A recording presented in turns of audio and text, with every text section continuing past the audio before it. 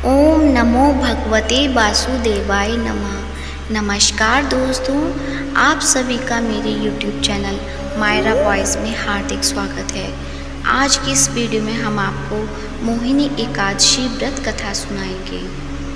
मोहिनी एकादशी के दिन भगवान विष्णु को समर्पित है। माना जाता है कि इस दिन भगवान विष्णु की श्रद्धापूर्वक पूजा करने से व्यक्ति को शुभ फलों की प्राप्ति होती है। साथ ही व्रत कथा का पाठ करने से व्यक्ति की समस्त दुखों से मुक्ति मिलती है। तो आइए सुनते हैं मोहिनी एकादशी व्रत कथा।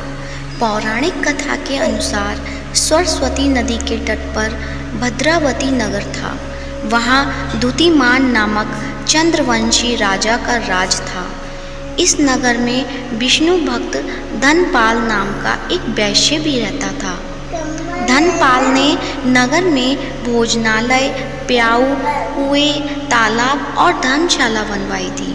वैश्य के 5 पुत्र थे, जिनका नाम सुमन, सुबुद्धि, मेधावी, सुकृति और भ्रष्ट बुद्धि था। उसका 5वां पुत्र खराब आदतों वाला था। अनेक बुरे कामों से वो पिता के धन को नष्ट करता था। उसके कर्मों से परेशान होकर धनपाल ने उसे घर से निकाल दिया। जिसके बाद भूख प्यास से परेशान धनपाल के पुत्र ने चोरी का रास्ता अपना लिया। एक दिन वह चोरी करता हुआ पकड़ा गया, लेकिन राजा ने भी उसे धनपाल का पुत्र जानकर कोई कठोर दंड नहीं दिया।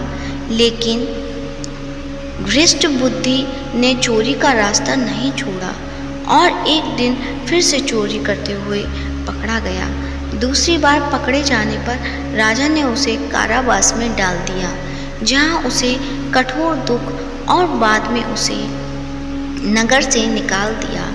जिसके बाद वह वन में जाकर रहने के साथ पशु पक्षियों को शिकार करके अपना जीवन चलाने लगा।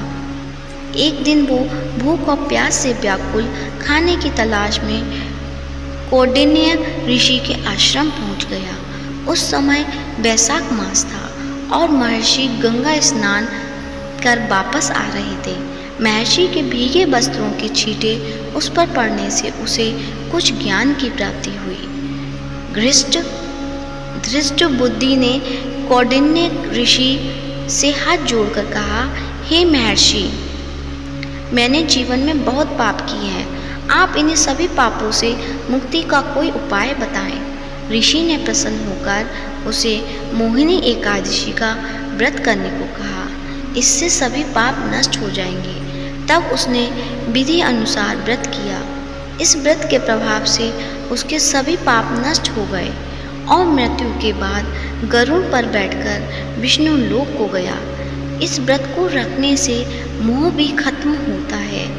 इससे श्रेष्ठ कोई व्रत नहीं है। इसकी कथा को भी कहने और सुनने से 1000 गोदान के बराबर पुण्य का फल प्राप्त होता है। बोलो विष्णु भगवान की जय। दोस्तों, आशा करती हूँ आपको कथा अच्छी लगी होगी। कथा अच्छी लगी है तो वीडियो को लाइक करें, शेयर करें और यदि आप मेरे चैनल पे नए हैं तो चैनल को सब्सक्राइब करें। धन्यवाद।